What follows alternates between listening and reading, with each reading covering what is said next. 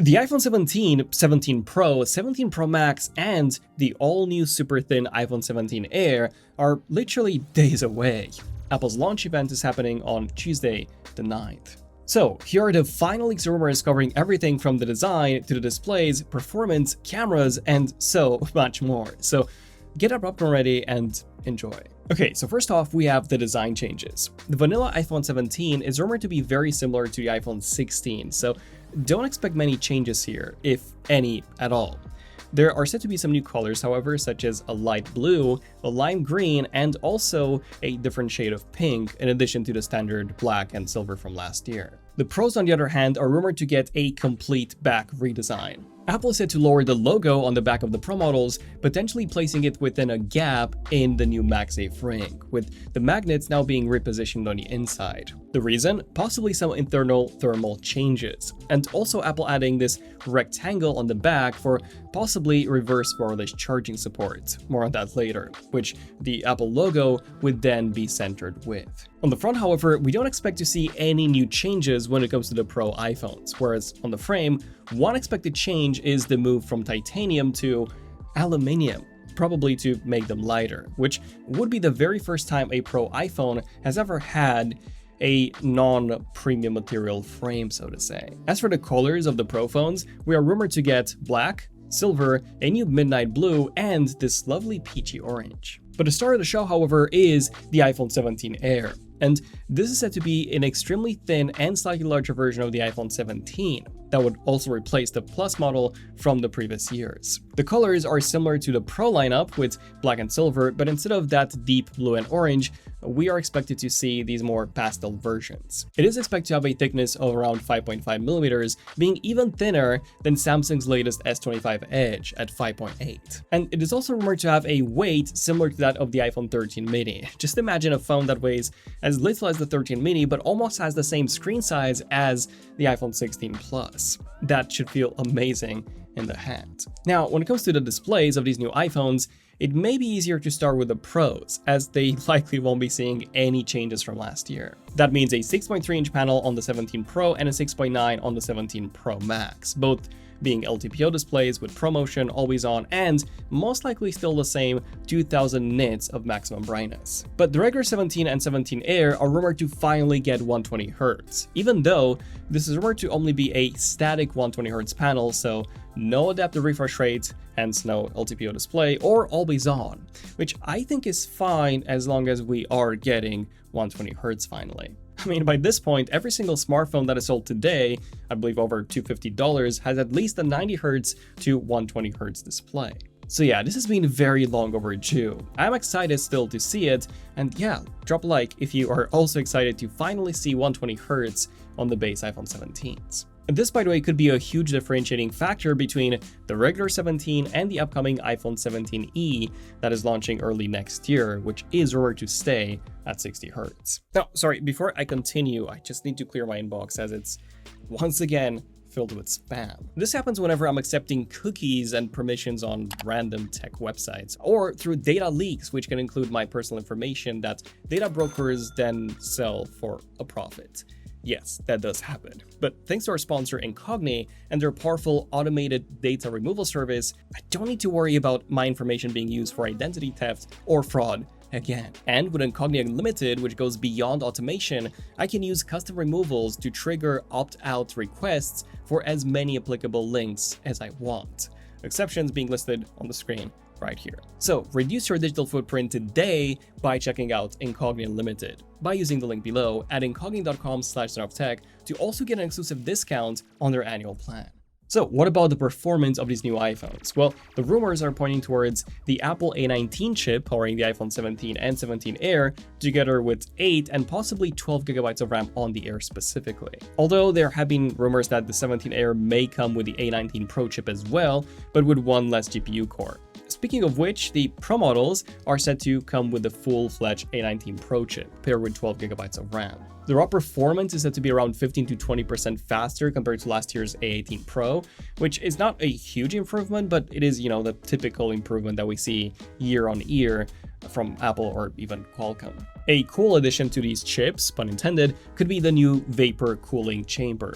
While Chinese tech news website My Drivers claimed that every single iPhone 17 could be getting this improved cooling system, Instant Digital claimed that only the Pro models may be getting it, which would make more sense as the Pro chip would have more GPU cores. Hence, that vapor cooling chamber would help dissipate heat more effectively, thus improving the sustained performance when gaming. Then we gotta talk about the cameras. This time, it's easier for us to start with the vanilla iPhone 17 as it is expected to retain the same dual camera system as the iPhone 16. So a 48 megapixel main camera and a 12 megapixel ultra-wide. Nothing new here. The 17 Air, on the other hand, may only be getting a single camera module, more than likely the same 48 megapixel main module as the vanilla iPhone 17, although no ultra-wide camera.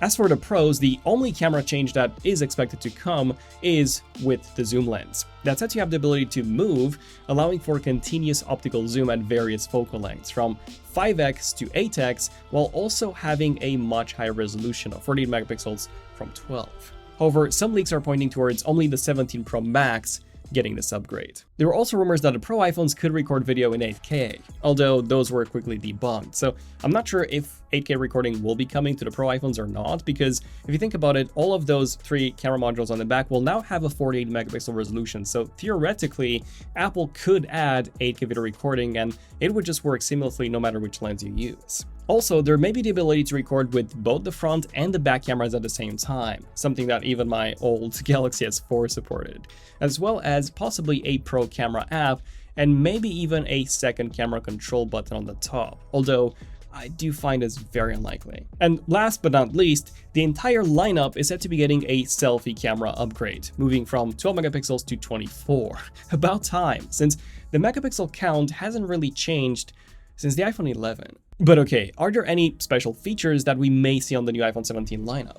Well, there have been a number of rumors about Apple potentially improving their reverse wireless charging on the Pro models. And I'm saying improving since the iPhone 12 actually had reverse wireless charging on all the iPhones after it. However, it would only work when you charge the official MagSafe battery pack while the phone was plugged in. So according to Setsuna Digital, Apple is now testing 7.5 watt reverse wireless charging. It's unclear if this will be limited to the Pro models or available across the entire iPhone 17 lineup, although my guess would be just the Pro models, since we do have that strange glass patch, which may help users know where to, place the accessories. We could also be seeing a new anti-reflective display layer on the Pro models, similar to the Galaxy S24 Ultra and S25 Ultra. This is said to offer greater scratch resistance too than Apple's current ceramic shield, meaning that the iPhone 17 models equipped with this would be able to withstand better wear and tear. Although we still don't know whether this new coating will come as standard on all Pro iPhones or if it will be an extra add-on similar to the nanotexture option on the M4 iPad Pro and the M4 MacBook Pros. Oh, and remember the fine woven cases? They were introduced with the iPhone 15 and discontinued just 1 year later due to their extremely poor durability. Well, they could be making a return this year, but under a different name, Tech Woven. We may also see the new C1 modem, which was first introduced with the iPhone 16e, making its way into the iPhone 17 Air, whilst all the other models would still rely on Qualcomm modems, at least for now. Also, speaking of connectivity, remember how Apple removed the physical SIM tray with every iPhone 14 sold in the US? Well, they may be doing the same this year, adding even more countries where the new iPhones won't include a SIM tray, starting with EU countries. And according to Jeff Poo, every single iPhone 17 could use a custom Wi-Fi chip designed by Apple. Now, the iPhone 16 series already supports Wi-Fi 7, but having a custom chip could potentially lead to a lower power consumption. Speaking of Jeff Poo, he has also mentioned that every new iPhone in the lineup could support faster charging at 35 watts. But what about the sizes of the batteries? Well, for the standard iPhone 17, no exact details have surfaced yet, so it's expected to carry a similar capacity to the iPhone 16, maybe just a tiny bit bigger. The iPhone 17, on the other hand, is rumored to use a steel encased battery, similar to the design found in the smaller Apple Watches. This design would help with heat dissipation, which in turn would allow for faster wired charging and more efficient wireless charging. Its capacity is said to be around 2,900 mAh, so I'm really interested to see how that would translate into the real-world performance. Stay tuned for our full battery drain test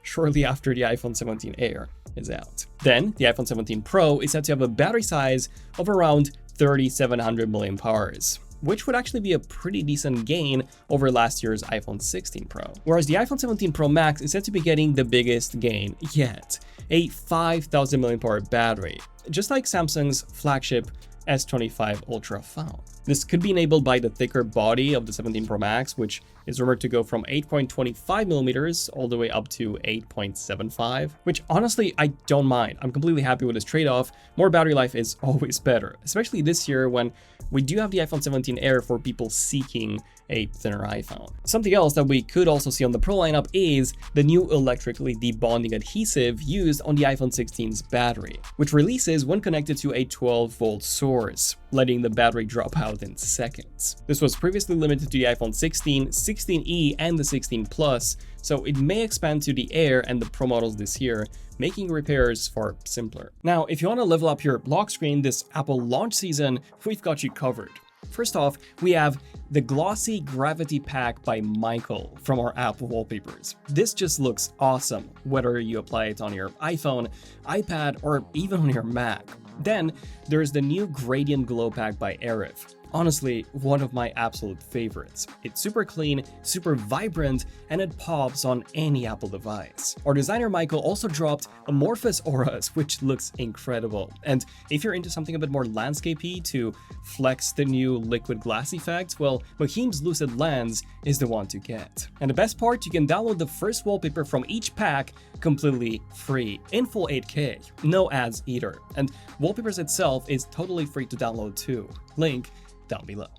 Okay, now let's talk about the price. The iPhone 17 Pro is rumored to start with a base storage of 256 gigabytes, essentially doubling the entry capacity of the current 16 Pro, which starts at $128 for $999. For the iPhone 17 Pro, Apple may adopt a similar strategy by introducing a 256GB base model, but priced at around $50 more than the previous $128. This is also what Google did with the new Pixel 10 Pro XL, doubling the base storage whilst also increasing the price. Although Google increased the price by $100 and not $50 like Apple is rumored to do. But back to the iPhones. An analyst is saying that we may see that $50 price increase across the entire board, which would leave us with a starting price of $849 for the vanilla 17, $1049 for the 17 Pro, $1249 for the Pro Max, and maybe $949 for the new iPhone 17 Air if we take last year's 16 Plus and we add $50 to it. As for when we're expecting these iPhones to come out, well, Apple has already sent out the invitations for